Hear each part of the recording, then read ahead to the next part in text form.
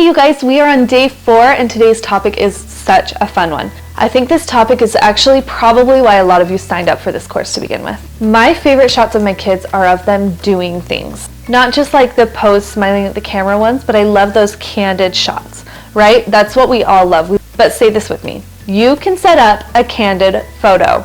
I know that sounds like an oxymoron, but let me explain why. There is a difference between documentary photography and lifestyle photography. Documentary photography is when the photographer goes into a scene and does not interrupt anything around it. They just shoot what they see, no matter what they're seeing. No interfering, no moving things out of the way, no photoshopping things out later. They document things exactly the way they are. Lifestyle photography is more about capturing a story. However, if you need to adjust things a little bit to make your story more clear, that's okay with lifestyle photography. If you need better lighting or you have a distraction, it's okay to adjust for those things. Lifestyle photography allows you to create images that are more focused on the story, free of distraction. The alterations you may or may not make with lifestyle photography are going to vary with every situation. Sometimes I'll move one of my kids to a well-lit area of the house and then give them their favorite toy or activity and let them start playing. Or I might sing a song that makes the baby dance near a window or an open door so I can catch the cuteness. Sometimes I'll even give my kids some direction, like sit by Lila, look at each other's noses, and laugh at them. Or Hazel, come outside and blow bubbles at my camera.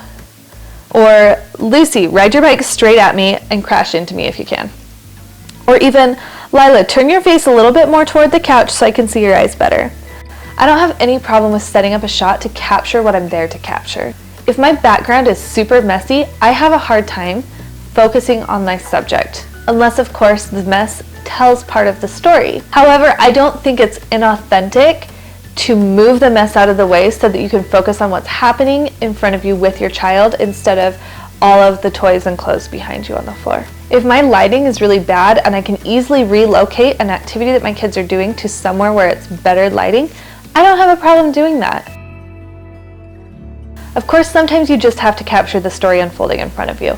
If it's a really candid moment that you can't recreate, go for it. Do your best. Use those manual camera settings that we talked about so you make sure you get the right settings to make sure you can capture it even when your situation is not ideal.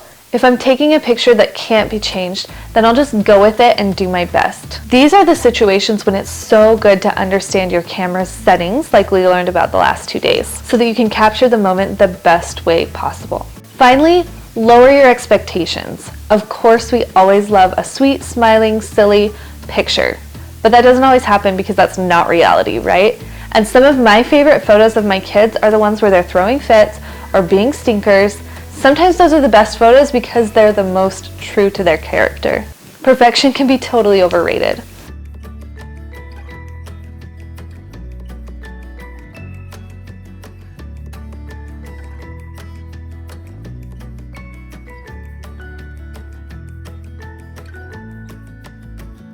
The photo challenge for today is play.